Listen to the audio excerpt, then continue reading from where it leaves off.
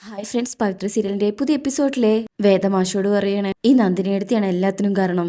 ഒരു പണിയും ചെയ്യാതെ 3 നേരം ഇരുന്ന് ഉണ്ണുന്നത് വിശ്വേട്ടനാണെന്ന് പറഞ്ഞത് ആരാണ്? ദേ എന്ന് പറഞ്ഞ് നന്ദിനി തുടങ്ങുമ്പോഴേക്കും വേദ പറയും, അമ്മ കേട്ടതാണെല്ലാം. പിന്നെ നന്ദിനി ഒന്നും മിണ്ടുന്നില്ല. അച്ഛൻ കഴിഞ്ഞ വിനേട്ടനാണ് സമ്പാദിച്ചു കൊണ്ടുവരുന്നതെന്ന് പറഞ്ഞത് ആരാ? ആഴ്ചയിൽ 1,000 രൂപ തന്നതുകൊണ്ട് ഈ വീട്ടിലെ എല്ലാ കാര്യങ്ങളും നടക്കുന്നാണോ നന്ദിനിയെടുത്ത് വിചാരിച്ചിരിക്കുന്നത്? ഈ വീട്ടിലെ ശ്രീചേട്ടത്തി എടുത്തു കൂട്ടുന്ന പണിയുടെ കണക്ക് ആരെങ്കിലും എടുത്തിട്ടുണ്ടോ? രാവിലെ മുതൽ രാത്രി വരെ അടിക്കുന്നതും തുടയ്ക്കുന്നതും അലക്കുന്നതും വെക്കുന്നതും കഴുകുന്നതും ഈ വീട്ടിൽ ആരാണ്? അമ്മയടക്കം ആരെങ്കിലും സഹായിക്കാൻ ചെന്നാൽ ഒരു ചിരിയോടെ അത് ഏൽക്കുന്നത് കണ്ടിട്ടുണ്ടോ? അത് ആ പണിയെടുക്കുന്നതിലുള്ള ആനന്ദാണെന്നാണോ വിചാരിച്ചിരിക്കുന്നത്? അത് ശ്രീചേർത്തിയുടെ ഒരു തീരുമാനമാണ്. വിശ്വേട്ടന് ഒരു ജോലിയും ചെയ്യാതെ വീട്ടിലിരിക്കുകയാണെന്ന് മറ്റുള്ളവർ പരാതി പറയുമ്പോൾ അതിനു വേണ്ടി കൂടി ശ്രീചേർത്തി എടുക്കുന്ന ജോലി അത്. നന്ദിനിക്ക് നാണക്കേട് തോന്നാണേ.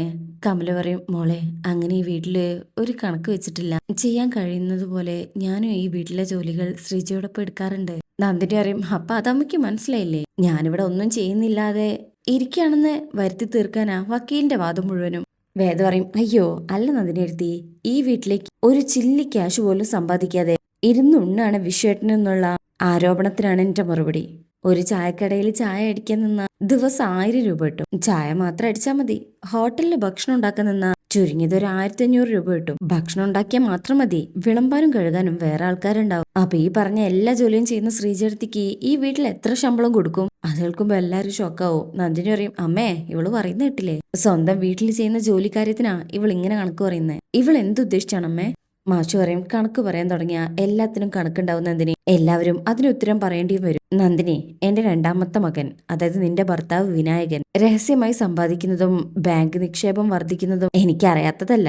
അത് കേൾക്കുമ്പോൾ നന്ദിനി വീണ്ടും തലതാഴ്ത്തി നിൽക്കും. അത് നിന്നുവരെ ഒരു ചില്ലി ക്യാഷ് ഞാൻ ആവശ്യപ്പെടാത്തത് നിങ്ങളുടെ ആഗ്രഹം എന്താണെന്ന് എനിക്കറിയാവുന്നതുകൊണ്ടാണ്. എന്നിട്ട് കമലയോട് പറയും, നമ്മുടെ മക്കള് ജോലി ചെയ്യുന്നതോ സമ്പാദിക്കുന്നതൊക്കെ അവരുടെ കാര്യങ്ങളാണ്. അത് കൂടുതലോ കുറവോ നോക്കിയിട്ടല്ല അവരുടെ ഭാര്യമാരുടെ സ്ഥാനം ഈ വീട്ടിൽ നിശ്ചയിക്കേണ്ടത്. ഈ വീട്ടിൽ വന്നു കയറിയ 3 മരുമക്കളിൽ ഒരാൾ മാത്രമേ വീട്ടിലെ പുറത്ത് ജോലിക്ക് പോകുന്നുള്ളൂ. ബാക്കി 2 പേരും ഈ വീട്ടിലാണ്. അവർ 2 പേരും ഇനി മുതൽ എടുക്കുന്ന ജോലി തുല്യമായിരിക്കും. ഇത് കേൾക്കുമ്പോൾ നന്ദിനി അങ്ങ് ഞെട്ടിപ്പോവും. അവരുടെ ഭർത്താക്കന്മാരുടെ സമ്പാദ്യ കണക്കും ഈ വീട്ടിലെ ജീവിതവും തമ്മിൽ ഇനിമേൽ കൂട്ടിക്കുഴയ്ക്കരുത്. ശേഷം മാഷെ വിശ്വത്തിന്റെ അടുത്ത് എന്നിട്ട് പറയും, നീ ഏത് ജോലി എടുക്കണമെന്നോ എന്ത് ജോലി ചെയ്യണമെന്നോ ഒന്നും ഞാൻ ഇനി പറയില്ല. പക്ഷേ ആ കോംപ്ലക്സ് വെച്ച് ശ്രീജയുടെ നേരെ നീ ആ കൈ ഉയർത്തിയ നിന്റെ കരണമായിരിക്കും പുകയാൻ പോകുന്നത് എന്ന് പറഞ്ഞ് വിരൽ ചൂണ്ടി സംസാരിക്കുക. അത്രയും പറഞ്ഞ് മാഷ് അവിടുന്ന് പോവാണ്. അതുപോലെ കമലയും പിന്നെ വേദയും നന്ദിനിയും വിനായകനും അങ്ങനെ ഓരോരുത്തരായിട്ട് അവിടുന്ന് പോകും. ശ്രീജ അപ്പോഴും നിന്നിങ്ങനെ കരയാം. അതിൽ വിശ്വം, ശ്രീജയെ പറ്റിപ്പോയി, സോറി എന്ന് പറഞ്ഞ് കരഞ്ഞുകൊണ്ട് കൈ പിടിക്കുമ്പോ ശ്രീജ വിശ്വത്തെ കെട്ടിപ്പിടിച്ച് സോറി പറഞ്ഞ് കരയാണ്. 2 പേരും കെട്ടിപ്പിടിച്ചിങ്ങനെ സങ്കടത്തോടെ കരഞ്ഞു നിൽക്കുക അവിടെ. ഇതേ സമയം നന്ദിനി ദേഷ്യത്തിൽ റൂമിൽ ചെന്നില്ലാണ്. നന്ദിനി എന്ന് വിളിച്ച് വിനയൻ ചെല്ലുമ്പോ നന്ദിനി വിരൽ ചൂണ്ടി പറയും, മിണ്ടിപ്പോരുത്. നിങ്ങക്ക് തൃപ്തിയായോ? നിങ്ങളുടെ അമ്മയും അച്ഛനും വേദയും കൂടെ എന്നെ എടുത്തിട്ടപ്പോ നിങ്ങക്ക് തൃപ്തിയായോ? വിനായകൻ ചോദിക്കും, എടി അതിന് എന്റെ മെക്കെട്ട് കയറിയിട്ട് എന്താ കാര്യം? നീ കാരണപ്പോ എനിക്കും കൂടിയല്ല കേട്ടത്. നന്ദിനിക്ക് ഞാൻ കാരണം? ഇന്നലെ വിശ്വേട്ടനോട് അങ്ങനെ പറഞ്ഞതുകൊണ്ടല്ലേ ഇന്നിങ്ങനെയൊക്കെ സംഭവിച്ചത്. അപ്പൊ നിങ്ങളും ഞാൻ വിശ്വേട്ടനെ കുറ്റപ്പെടുത്തിയെന്നാണോ പറയുന്നത്? എന്താ അല്ലേ? നന്ദിനി അറിയും, അല്ല, ഞാൻ സംസാരിച്ചതും വിശ്വേട്ടനോടുള്ള സ്നേഹം കൊണ്ടാണ്. ആ മനുഷ്യരെ കൊണ്ട് ശ്രീചേർത്തിക്കൊരു ഗതി വരണം എന്നുള്ള വിചാരം കൊണ്ടാ. അതുകൊണ്ടാണോ നീ 500 രൂപ തിരിച്ചു മേടിക്കണം എന്ന് പറഞ്ഞത്? എന്താ സംശയം? സ്വന്തമായി അധ്വാനിച്ചുണ്ടാക്കുന്ന പണത്തിന്റെ മൂല്യം കടം വാങ്ങിച്ച പൈസയ്ക്ക് ഉണ്ടാവില്ലെന്നുള്ള കാര്യം വിശ്വേട്ടനൊന്ന് മനസ്സിലാക്കണം എന്ന് മാത്രമേ എനിക്കുണ്ടായിട്ടുള്ളൂ. വിനേകം പറയും, ഹോ, ഇത്രയും മഹത്തായ ആദർശം മനസ്സിലാക്കാനാണ് നീ ഇത്രയും വഴക്കുണ്ടാക്കിയെന്ന് എനിക്ക് മനസ്സിലായില്ല. ദേവൻഷ്യ, കളിയാക്കാൻ വന്ന എന്റെ സ്വഭാവം മാറും, പറഞ്ഞേക്കാം. എടി, ഞാൻ കളിയാക്കിയതല്ല. നീ എന്നോട് പറഞ്ഞത് നമുക്ക് വേറെ താമസിക്കാൻ പോകാനുള്ള ആ ട്രിക്കാണെന്നല്ലേ? അല്ല, ഞാൻ ഉദ്ദേശിച്ചത്. നന്ദിനിയുടെ നോട്ടം കാണുമ്പോ തന്നെ വിനായകൻ പറയുമ്പോ, നിങ്ങളൊന്നും ഉദ്ദേശിക്കണ്ട, ഞാൻ ഉദ്ദേശിച്ചോളാം. നമ്മുടെ ലക്ഷ്യം അതാണെന്ന് എനിക്ക് നിങ്ങൾക്കല്ലേ അറിയുള്ളൂ. ഇനി ബാക്കിയുള്ളവരെ കൂടെ അറിയിക്കണം. അച്ഛൻ നിൽക്കുന്നത് കൊണ്ട് അവരുടെ മുഖത്ത് നോക്കി 4 വാക്ക് പറയാനും പറ്റിയില്ല. ഇപ്പൊ അച്ഛല്ലല്ലോ, പുറത്തു പോയില്ലേ? നന്ദിനി പറയും, അതിന് തന്നെയാ പോകുന്നത്. ഇതേ സമയം കിച്ചണിലാണെങ്കിൽ ശ്രീജ അവിടെ ഉണ്ട്. പക്ഷെ ഇപ്പോഴും ഇങ്ങനെയൊക്കെ അറിഞ്ഞുകൊണ്ട് നിൽക്കണേ. കമല ജോലി ചെയ്യുന്നുണ്ട്. അപ്പോ വേദ വന്നിട്ട് പറയും, പോട്ടെ നന്ദിനി എഴുതി, അച്ഛൻ സംസാരിച്ചില്ലേ? അമ്മ പറയും, നന്ദിനിയുടെ സ്വഭാവം നിനക്കറിയാലോ, ഇരുതലയ്ക്കും മൂർച്ചയാ. ഗവനിക്കാൻ നിന്നാലല്ലേ പ്രശ്നമുള്ളൂ. ഇനി മുതൽ ശ്രീജ അതിന് നിൽക്കണ്ട. അപ്പോഴേക്കും ഇത് കേട്ടായിരിക്കും നന്ദിനി വരുന്നത്. നന്നായി അമ്മേ, വന്നു കയറിയ 3 മരുമക്കളും ഒരുപോലെയാണെന്ന് പറയുന്ന അമ്മ തന്നെ ഇത് പറയണം. പക്ഷെ അമ്മേ, ഒരു കാര്യമുണ്ട്. ഞാൻ ഈ വീട്ടിലേക്ക് വന്നിട്ട് കൊല്ലം 6 ഞാനായിട്ട് ഇങ്ങനെ ഒരു പ്രശ്നം ഉണ്ടാക്കിയിട്ടില്ല. എന്നിട്ട് എന്റെ നാവിന് ഇരുതല മൂർച്ചയാണല്ലേ? കമല പറയും, അതല്ല നന്ദിനി, ആരോടാണ് എപ്പോഴാണ് എങ്ങനെയാ പറയേണ്ടതെന്ന് നിനക്കറിയില്ല. നന്ദിനി പറയും എല്ലാം അറിയുന്ന അമ്മയുടെ പുതിയ മരുമകൾ വന്ന് കയറിയതിനു ശേഷമായിരിക്കും ഞാനൊക്കെ വെറും കീറ കടലാസായി പോയത് അല്ലമ്മേ. ഇപ്പോ വലിയ വക്കീലുമല്ലോ. അപ്പോ വേദ പറയും നന്ദിനി അടുത്തി പറയാനുള്ളതൊക്കെ നേരത്തെ പറഞ്ഞു കഴിഞ്ഞില്ലേ, ഇനി എന്തിനാ ഞങ്ങൾ ഇരിക്കുന്നിടത്ത് വന്ന് വീണ്ടും വഴക്കുണ്ടാക്കുന്നത്. അപ്പൊ നന്ദിനി പറയും ഇതെനിക്ക് കൂടി അവകാശപ്പെട്ട വീടാണ്, ഇവിടെ എവിടെയൊക്കെ എപ്പോ വരണമെന്ന് ഞാൻ തീരുമാനിക്കും. പിന്നെ വഴക്കിന്റെ കാര്യം അതിവിടെ തുടങ്ങിയത് നീ വന്ന് കയറിയതിനു ശേഷം അതോർത്തോ, ഇല്ലെങ്കിൽ ഇവര് പറയട്ടെ. അപ്പോ അവരൊന്നും മിണ്ടാൻ നിൽക്കുമ്പോ ദാ കണ്ടില്ലേ, ആരൊരു അക്ഷരവും മിണ്ടുന്നില്ല. അപ്പൊ അമ്മ പറയും അതൊന്നുമല്ല നന്ദിനി, നിന്നോട് പറഞ്ഞിട്ട് കാര്യമില്ലാത്തത് കൊണ്ടാ നന്ദിനി. ആ അതെ അമ്മേ, അമ്മയ്ക്ക് അങ്ങനെയൊക്കെ തോന്നും, കാരണം ഇവൾ അമ്മയെ മയക്കി വെച്ചിരിക്കുകയാണ്. ഇവള് വന്ന് കയറിയിട്ട് ഇത്രയും പ്രശ്നങ്ങൾ ഉണ്ടായിട്ടും നിങ്ങൾക്കത് മനസ്സിലാവാത്തത് അതുകൊണ്ടാ. വിക്രം കെട്ടിയ താലിയാണെന്ന് പറഞ്ഞ് പൊക്കി പിടിച്ച് വന്നപ്പോഴേ ഞാൻ പറഞ്ഞത് സൂക്ഷിച്ചോളാൻ. എന്നിട്ടിപ്പോ എന്തായി? 4 തവണയല്ലേ അവൻ ജയിലിലേക്ക് പോയത്. ഇനി അത് തൂക്കുകയറിൽ കൊണ്ടെത്തിച്ചാലേ നിങ്ങക്ക് സമാധാനാവോ. വേദയ്ക്കൊക്കെ ദേഷ്യം വരുന്നുണ്ട്. കമല പറയും നന്ദിനി പറയും കേൾക്കുമ്പോ ആദ്യം എല്ലാവർക്കും ബുദ്ധിമുട്ടൊക്കെ ഉണ്ടാവും, ഒന്ന് ആലോചിച്ച് നോക്കിയാ ഞാൻ പറയുന്ന ശരിയെന്ന് എല്ലാവർക്കും മനസ്സിലാക്കും. അപ്പോഴും എല്ലാവരും ദേഷ്യത്തിൽ നോക്കുക. നന്ദിനി പറയും ശരിയാണേ, ഞാൻ വിശ്വേട്ടനോട് അങ്ങനെയൊക്കെ പറഞ്ഞു പോയി. അത് വിശ്വേട്ടൻ ജോലിക്ക് പോയി അന്തസ്സായി കുടുംബം നടത്തി ശ്രീചേർത്തി നന്നായി ജീവിക്കണം എന്നുള്ള ആഗ്രഹം കൊണ്ട് പറഞ്ഞു പോയതാ. ഇത് കേൾക്കുമ്പോ എല്ലാരും ഞെട്ടിപ്പോകും. പക്ഷെ ഇവള് കാരണം വിശ്വേട്ടന് സംഭവിച്ചത് എന്താ? ഇതുവരെ ജയിലിൽ പോവാത്ത വിശ്വേട്ടൻ ജയിലിൽ പോയില്ല. അപ്പൊ ശ്രീജ പറയും വിശ്വേട്ടനെ ഇറക്കാനും വേദ തന്നെ ഉണ്ടായിരുന്നുള്ളൂ. നന്ദിനി പറയും അത് ഇവളുടെ ചേട്ടനും തമ്മിലുള്ള ഒത്തുകളിയല്ലേ. വേദ കൈ കെട്ടി നിൽക്കുകയാണെ ചിരിക്കുന്നുണ്ട്. അതല്ലേ ഇവളുടെ ചേട്ടൻ അവസാനം ആ കേസ് പിൻവലിച്ചത്. ഞാൻ പറഞ്ഞില്ലെന്ന് വേണ്ട, ഇവളുടെ കുടുംബം കൂടെ ഈ വീട് കുട്ടിച്ചോറാക്കും. അതിനുവേണ്ടി ഒത്തു കളിക്കുന്നതാ ഇവരെല്ലാരും കൂടെ. ഇത് കേൾക്കുമ്പോ കമല ചിരിക്കും. അപ്പൊ നന്ദിനിക്കും എന്താ അമ്മ ചിരിച്ചത്, വേണമെങ്കിൽ ഞാൻ തെളിയിക്കാം. കമല ചിരിച്ചിട്ട് പറയും വേണ്ട നന്ദിനി, വേദയോടുള്ള ദേഷ്യം കാരണം നിന്റെ സ്വബോധം നഷ്ടപ്പെടാൻ തുടങ്ങിയിരിക്കുന്നു. പിന്നെ തെളിയാനുള്ള കാര്യങ്ങളെ, വേദയുടെ ചേട്ടന്റെ കമ്പനിയിലേക്ക് വിശ്വത്തെ പറഞ്ഞയച്ചത് വിനായകനാണല്ലോ. അതവൻ അറിഞ്ഞിട്ടാണോ അറിയാതെയാണോന്ന് ഇതുവരെ തെളിഞ്ഞിട്ടില്ലല്ലോ. ഇപ്പൊ നന്ദിനി പേടിക്കുന്നുണ്ട്. അമ്മ പറയണേ അങ്ങനെ ഊഹാപോഹങ്ങൾ കൊണ്ട് ഒരു കാര്യവുമില്ല. എന്നെ സംബന്ധിച്ച് വേദം വന്നു കയറിയതിനു ശേഷം ഈ വീടിന് ഗുണമേ ഉണ്ടായിട്ടുള്ളൂ. അത് കണ്ട് സഹിക്കാതെയുള്ള കണ്ണുകടിയാ നിനക്ക്. ഇത്തിരി ഇളനീർ കുഴമ്പ് തേച്ച് കണ്ണടച്ച് കിടക്കുന്നത് നല്ലതാ. ശ്രീജെ നീ വന്നേ, നമുക്ക് പറമ്പിൽ ഇത്തിരി പണിയുണ്ട്. വേദേ നീ നിന്റെ പണി എന്താന്ന് വെച്ചാ ചെയ്യാൻ നോക്ക്. ഇമ്മാതിരി വിഡിത്തത്തിന് ചെവി കൊടുക്കാൻ നിന്നാൽ അതിന് നേരം ഉണ്ടാവും. വേദയ്ക്ക് ചിരി വരും. നീ വാ മോളെ എന്ന് പറഞ്ഞ് കമല പോവും. ചെയ്ത പണി പൂർത്തിയാക്കിയിട്ട് ശ്രീജേടത്തിയും പോകാൻ തുടങ്ങുക. വേദ ചിരിച്ചു നിൽക്കുമ്പോ നീ എന്തിനാ കിണിക്കുന്നത്? അപ്പോഴേക്ക് ശ്രീജ കിടന്നു പോകും. വേദ പറയും ഞാനൊരു കാര്യം ആലോചിക്കായിരുന്നു. നന്ദിനിക്ക് എന്ത്? നിങ്ങള് ചത്താലേ? എന്ത്? ഇപ്പോഴല്ല, ചത്താൽ ശരീരം ഉണ്ടല്ലോ മമ്മി ഫ്രെയിം ചെയ്യണം.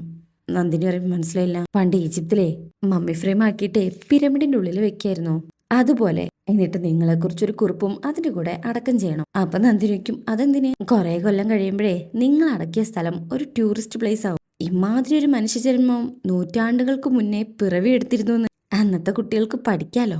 അതിനു വേണ്ടിട്ടാ. കഷ്ടം എന്ന് പറഞ്ഞ് വേദ എവിടുന്ന് പോവാ. നന്ദിനിക്ക് ഉദ്ദേശിച്ച് മനസ്സിലായിട്ടില്ല. ഇവളെന്താ ശരിക്കും ഉദ്ദേശിച്ചത് എന്നും പറഞ്ഞ് നിൽക്കണേ. ശേഷം പിന്നീട് വേദ റൂമിൽ എന്തോ ആലോചിച്ചിരിക്കുമ്പോ വിക്രം അത് കണ്ടുകൊണ്ട് വരും. ഹലോ വേതാളം എന്താ ആലോചിക്കുന്നത്? വേദ അതിനൊന്നും പറയുന്നില്ല. ഹലോ വേതാളം. വേദ ഇങ്ങനെ ദേഷ്യത്തിൽ നോക്കുമ്പോ വിക്രം പറയും അതെ നോക്കണ്ട, വേതാളം അത്ര മോശം വാക്കൊന്നുമല്ല, അതുകൊണ്ട് മാലയിട്ടാ വിളിക്കുന്നതിന് കുഴപ്പമൊന്നുമില്ല. വേദ പറയും അത് തന്നെയാ ഞാനും ആലോചിച്ചുകൊണ്ടിരിക്കുന്നത്. കഷ്ടപ്പെട്ട് മാല ഇടിച്ചത് എനിക്ക് തന്നെ വിനയായല്ലോന്ന്. അല്ല ഇമാതിരി സന്ദർഭങ്ങളില് നാവില് വരുന്ന വാക്കുകൾ നിങ്ങളുടെ മുഖത്ത് നോക്കി വിളിക്കാൻ പറ്റാണ്ടായല്ലോ. വിക്രം പറയും വിളിച്ചോടി, അത് കഴിഞ്ഞ് ശരണം വിളിച്ച് മുങ്ങിക്കുളിച്ചാ മതി. ഇൻ കേസ് പാപ അനുഭവിക്കാനാണെങ്കിൽ നീ തന്നെ അനുഭവിച്ചോ, എനിക്കെന്താ. വേദ പറയും എന്നാ വിളിക്കട്ടെ. വിക്രം പറയും അയ്യോ വേണ്ട എന്ന് പറഞ്ഞ് കൈകൂപ്പും. അപ്പൊ വേദ പറയും എനിക്ക് അയ്യപ്പസ്വാമിയുടെ ബഹുമാനം വേണ്ടുവോളം ഉണ്ട്. ഈ സമയത്ത് നിങ്ങളെ കുറിച്ചൊരു മോശം വാക്ക് എന്റെ മനസ്സ് പോലും വരില്ല, അങ്ങനെ വിചാരിക്കണ്ട. വിക്രം പറയും അയ്യപ്പസ്വാമിയോടുള്ള ഭക്തിയാണ്, എന്നോടുള്ള ബഹുമാനം അല്ല അല്ലേ. വേദ പറയും നിങ്ങളെന്തിനാ ബഹുമാനിക്കേണ്ടത്? നിങ്ങളെ പോലെ ഒരാളെ ഇങ്ങനെ നേർവഴിക്ക് നടത്തുന്നത്, അതുകൊണ്ടേ നിങ്ങൾ എന്നെയാ ബഹുമാനിക്കേണ്ടത്. ഓ എന്ന് പറഞ്ഞ് വീണ്ടും കൈകൂപ്പും. അപ്പൊ വേദ പറയും വിക്രം സ്വാമി ഈ വീട്ടിലൊരു അഴിച്ചുപണി നടത്താനുണ്ട്. വിക്രം ചോദിക്കും അഴിച്ചുപണിയോ? ഈ വീട്ടിലെ ആളുകൾ തമ്മിലുള്ള ആറ്റിറ്റ്യൂഡ് ഒന്ന് മാറ്റിയെടുക്കാനുണ്ട്. വിക്രം എന്ന് പറഞ്ഞ് നോക്കുമ്പോ വേദ പറയും അച്ഛനെ എല്ലാവർക്കും പേടിയും ബഹുമാനമൊക്കെ ഉണ്ടെങ്കിലും നിങ്ങൾ മക്കൾക്കിടയിൽ അതില്ല. വിക്രം ചോദിക്കും ഞങ്ങൾ ബ്രദേഴ്സ് തമ്മില് പേടിയും ബഹുമാനമാണോ വേണ്ടത്, സ്നേഹമല്ലേ? അപ്പൊ വേദ പറയും ആ സ്നേഹം വേണ്ടുവോളം ഉള്ളതുകൊണ്ടാണല്ലോ ഇന്നലെ രാത്രി വരെ വിശ്വേട്ടൻ വീട്ടിൽ വരാതെ പുറത്തു കഴിഞ്ഞത്. വിക്രം പറയും അതിന്റെ കാരണം നന്ദിനി എടുത്തിയ. വേദ പറയും നിങ്ങളുടെ വിനായകൻ ചേട്ടനെ മോശമൊന്നുമല്ല, വിശ്വേട്ടനെ ഒന്ന് എൻഗേജ്ഡ് ആക്കണം. ശ്രീചേട്ടത്തിക്ക് ഇത്തിരി നിലയും വിലയൊക്കെ ഉണ്ടാവണം. ഇതിപ്പോ ഒരു വേലക്കാരിയുടെ പൊസിഷനിലാ ശ്രീചേട്ടത്തി സ്വയം തന്നെ കാണുന്നത്, അത് മാറണം. വിക്രം പറയും, അല്ല നിങ്ങളല്ലേ എന്തൊക്കെയോ തുടങ്ങാൻ പോകുന്നു എന്ന് പറഞ്ഞ് വീമ്പിളക്കിയത്, അത് ചീറ്റിപ്പോയോ അതോ അന്നെന്നെ പായസം കുടിപ്പിക്കാനുള്ള അടവായിരുന്നോ? വേദ പറയും, ഏയ് ഞാൻ അതിനുള്ള പണി തുടങ്ങാൻ പോവാ. വിക്രം സ്വാമിയെ എന്റെ കൂടെ കട്ടയ്ക്ക് നിന്നോളണം കേട്ടല്ലോ. വിക്രം പറയും, എന്തായാലും ആലോചിച്ചൊക്കെ ചെയ്തോളണം. ഇപ്പൊ തന്നെ ശ്രീചേട്ടത്തിക്ക് നൂറുകൂട്ടം പ്രശ്നങ്ങളുണ്ട്. ഇനി അടുത്ത ഏടാകൂടത്തിലൂടെ അതിന് കൊണ്ടുപോയി ചാടിക്കരുത്. വേദ ഓ എന്ന് പറയുമ്പോ വിക്രം ആന്നും പറയും, ഓ സമ്മതിച്ചു. വിക്രം പറയും, അത് മതി, സ്വയം ഏറ്റാ മതി, ഇങ്ങോട്ട് ചാരാൻ വരണ്ട. വേദ പറയും, ഹോ വിക്രം സ്വാമിയുടെ അഭിപ്രായം ചോദിക്കാൻ വന്ന എന്നെ പറഞ്ഞാ മതി, സ്വാമിയായിപ്പോയി നല്ല കാലം കരുതിക്കോ എന്നും പറഞ്ഞ് ഫോണെടുത്ത് വേദ ഇടന്നു പോകും. വിക്രം അത് നോക്കി ചിരിക്കും. അതിനുശേഷം പിന്നീട് കാണിക്കുന്നത് ശ്രീജ കിച്ചണിൽ എന്തോ ചെയ്തുകൊണ്ടിരിക്കുമ്പോ പതിയെ നന്ദിനി വരും. ശ്രീജടുത്തി. ശ്രീജ മറുപടി ഒന്നും പറയുന്നില്ല. എന്നോട് ദേഷ്യമാണോ? എനിക്ക് ശ്രീജടുത്തിയുടെ ദേഷ്യവും വഴക്കൊന്നും ഇല്ലാട്ടോ. വേദയുടെ ചില അഭിപ്രായ വ്യത്യാസങ്ങളൊക്കെ ഉണ്ട്. അത് പറഞ്ഞു വന്നപ്പോ ശ്രീജടുത്തിയും കൂടെ അതിൽ പെട്ടുന്നേ ഉള്ളൂ. എനിക്ക് മനസ്സിലായി നന്ദിനി. നന്ദിനി പറയും, വിഷേട്ടന്റെ കാര്യം ഞാൻ അങ്ങനെ മനസ്സിൽ വെച്ച് പറഞ്ഞൊന്നുമല്ല. ശ്രീജ പറയും, നന്ദിനി ഇനി അതിനെക്കുറിച്ച് സംസാരിക്കേണ്ട. അങ്ങനെ സമ്മതിച്ചാൽ ആരൊക്കെ പറഞ്ഞാലും ചെയ്താലും നമുക്ക് പ്രശ്നം ഉണ്ടാവില്ല. അപ്പോഴേക്കും ഡ്രസ്സ് ചേഞ്ച് ചെയ്ത് വേദ അങ്ങോട്ട് വരും. ശ്രീജടുത്തി ഒന്ന് പെട്ടെന്ന് ഡ്രസ്സ് ചേഞ്ച് ചെയ്തിട്ട് വാ, നമുക്ക് ഒരിടം വരെ പോവാനുണ്ട്. എങ്ങോട്ടാ വേദേ? ആ അതൊക്കെ ഉണ്ട്, ശ്രീജടുത്തി വേഗം വാ. ശരിക്കും ശ്രീജടുത്തിക്ക് എന്തൊക്കെ ചെയ്യാൻ പറ്റുന്നേ നമുക്ക് കാണിച്ചു കൊടുക്കണം. ശ്രീജടുത്തി വേഗം പോയി തയ്യാറായി വന്നേ. നന്ദിനിക്ക് ഇഷ്ടപ്പെടുന്നില്ല. നീ എന്താ ഇവിടെ മത്സരം ഉണ്ടാക്കാനുള്ള പുറപ്പാടാണോ? വേദ പറയും, എന്താ സംശയം? നന്ദിനി അടുത്തേക്ക് ഒരു വിചാരമുണ്ട്. ശ്രീജടുത്തി ഒരു പാവാണ്, അവരെ കൊണ്ട് ഒന്നിനും കൊള്ളില്ല.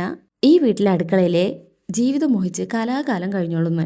അങ്ങനെയല്ലെന്ന് ഞങ്ങൾ തെളിയിക്കാൻ പോവാ. ഞാൻ 10 മിനിറ്റിനുള്ളില് റെഡിയാവും. അപ്പോഴേക്കും ശ്രീജടുത്തിയും തയ്യാറായിക്കോ എന്ന് പറഞ്ഞ വേദ പോവാൻ തുടങ്ങുമ്പോ, അല്ല വേദേ.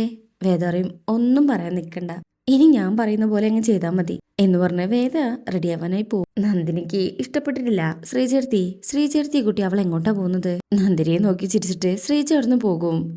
ശ്രീചേർത്തി എന്നാലും എങ്ങോട്ടായിരിക്കും എന്ന് പറഞ്ഞ് നിൽക്കണേ നന്ദിനി അവിടെ. ശേഷം പിന്നീട് വിനായകൻ പുറത്തിരുന്ന് പത്രം വായിക്കാ. വേദ പുറത്തിറങ്ങുമ്പോ, അല്ല ഏട്ടാ ഇന്നെന്താ വൈകിട്ട് പരിപാടി? അങ്ങനെ പ്രത്യേകിച്ചൊന്നുമില്ല. എന്റെ ഓഫീസ് അറിയാവോ? ആ ചക്രവാണി സാറിന്റെ ഓഫീസല്ലേ? അറിയാം. വേദ അറിയും, അവിടെ വരെ ഒന്ന് വരണം. വിനായകൻ ചോദിക്കും, എന്താ വേദ? അതപ്പ പറയാന്നേ, ഉഴപ്പിക്കളയരുത്, പിന്നെ സംഗതി വഷളാവും. ചെയ്തു വെച്ചിരിക്കുന്നത് അത്രത്തോളം ഉണ്ടല്ലോ, അതുകൊണ്ടാ എന്ന് പറഞ്ഞ വേദ അവിടുന്ന് പോകും. വിനായകൻ ആകെ ഒരു പേടിയാവും. അതിനുശേഷം പിന്നീട് കാണിക്കുന്നത് ശ്രീനിസാറിന്റെ വീട്ടിലേക്ക് ഒരു പോസ്റ്റ്മാൻ വരികയാണേ. പുളിക്കല് എന്താ കാര്യം?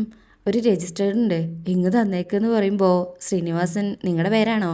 സാറിനെ വിളിക്കാം, ഇവിടെ നിൽക്ക് എന്ന് പറഞ്ഞ് പുളിക്കലകത്ത് ചെന്ന് ശ്രീനിവാസ് സാറിനോട് കാര്യം പറയും. രജിസ്റ്റേർഡോ എന്ന് പറഞ്ഞ് ശ്രീനിസാർ പുറത്തേക്ക് പോവും. അത് കാണുന്ന സുധയും കൂടെ ചെല്ലണേ. അങ്ങനെ പോസ്റ്റ്മാൻ രജിസ്റ്റേർഡ് ഉണ്ടായിരുന്നു എന്ന് പറഞ്ഞ് അതെടുത്ത് കൊടുക്കും. ചില വിശേഷങ്ങളൊക്കെ പറഞ്ഞ് അത് സൈൻ ചെയ്ത് വാങ്ങിക്കാം. ശ്രീനിസാർ അകത്ത് വന്നിരുന്നിട്ട്, ചക്രവാണി അസോസിയേറ്റ്, വക്കീൽ നോട്ടീസ് ആണല്ലോ. സുധയ്ക്കും, വക്കീൽ നോട്ടീസോ? ആ അതെ, രാഷ്ട്രീയമാവുമ്പോ ഇതൊക്കെ പതിവാണേ. സുധ പറയും, ആരയച്ചതാണെന്ന് നോക്കൂ. ഈ സമയം പുളിക്കിലെടുത്ത് നോക്കിയിട്ട് പറയും, ഇത് പണിയാണല്ലോ സാറേ, വിക്രമന്റെ ഭാര്യ വേദ പണി നോക്കുന്നത് ഈ ഓഫീസിലാ. അപ്പൊ സുധ ഇങ്ങനെ പേടിച്ച് നിൽക്കണേ. ഈ സമയം ആ ലെറ്റർ എന്താണെന്ന് ശ്രീനി സാർ പൊട്ടിച്ച് വായിക്കാം. നോട്ടീസ് അയച്ചിരിക്കുന്നത് വേദയാ. ഞാൻ അപ്പോഴേ പറഞ്ഞില്ലേ സാറേ, ഇത് പണിയാണെന്ന്. എനിക്ക് സംശയം തോന്നിയതാ. അങ്ങനെ അത് വായിക്കണേ. വേദ അതിൽ എഴുതിയിരിക്കുന്നത്, വിഷയം താങ്കൾ ചെയ്ത സാമൂഹിക ലഹള, ആൾക്കൂട്ട ആക്രമം, ജനങ്ങളുടെ സ്വത്തിനും ജീവനും അപകടം വരുത്തിവെച്ച പ്രവർത്തികൾ സംബന്ധിച്ച് നിയമ നടപടികൾ സ്വീകരിക്കുന്നതിന് മുൻകൂർ നോട്ടീസ്. എന്റെ ക്ലയന്റായ ശ്രീ ശ്രീധരൻ തേരാട്ടിന്റെ നിർദ്ദേശപ്രകാരം അയക്കുന്ന വക്കീൽ നോട്ടീസ് 6/12/2022 തോട്ടപ്പള്ളി മാർക്കറ്റിലെ തൊഴിലാളികൾക്കിടയിൽ നിലനിന്നിരുന്ന ലോഡിംഗ് അൺലോഡിംഗ് സംബന്ധിച്ച തർക്കം തീർക്കാനായി വിളിച്ചു ചേർത്ത യോഗത്തിനിടയിൽ മനഃപൂർവ്വം സാമൂഹ്യദ്രോഹികളായ ആളുകളെ കടത്തിവിട്ട് ലഹളയാക്കി മാറ്റിയതും അതിന്റെ ലഹളയിലും അക്രമത്തിലും ധാരാളം പേരുടെ സ്വത്തിനും 5 പേരുടെ ജീവനും നഷ്ടമായിട്ടുണ്ട്. തന്ത്രപൂർവ്വം നിങ്ങൾ അതിന്ന് രക്ഷപ്പെടുകയാണ് ചെയ്തത്. അതുകൊണ്ട് സംഭവം നടന്ന കാലത്ത് നിലവിലുണ്ടായിരുന്ന ഇന്ത്യൻ നിയമശിക്ഷ പ്രകാരം താഴെ പറയുന്ന വകുപ്പുകൾക്ക് താങ്കളുടെ പ്രവൃത്തി വിധേയമാണ്. 144-47 ലഹള, ആയുധത്തോടു കൂടിയ ലഹള, പിന്നെ സ്വത്ത് നശിപ്പിക്കൽ, മനുഷ്യജീവന് അപകടം സൃഷ്ടിക്കൽ, ഗൂഢാലോചന, അങ്ങനെ വകുപ്പുകൾ പറഞ്ഞ് ശിക്ഷാ നടപടികളും എഴുതിയിട്ടുള്ള ആ കുറിപ്പ് വായിച്ച് അങ്ങേർക്ക് നല്ല ദേഷ്യവും ഞെട്ടലോടെ നിൽക്കണേ. അങ്ങനെയാണ് ഈ ഭാഗം കഴിയുന്നത്. പിന്നെ ഇതെല്ലാം വിക്രത്തോട് പറയുന്ന ഭാഗങ്ങളും ഉണ്ട് കേട്ടോ. വിക്രം അത് വേദയോട് ചോദിക്കാനും ചെല്ലുന്നുണ്ട്. ആ ഭാഗത്തിന്റെ പ്രൊമോ ആയിട്ട് ഉടൻ വരാം. ഇന്നത്തെ റിവ്യൂ ഇഷ്ടമായിട്ടുണ്ടെങ്കിൽ ചാനൽ ലൈക്ക് ചെയ്യുക, സബ്സ്ക്രൈബ് ചെയ്യുക, സപ്പോർട്ട് ചെയ്യുക. താങ്ക്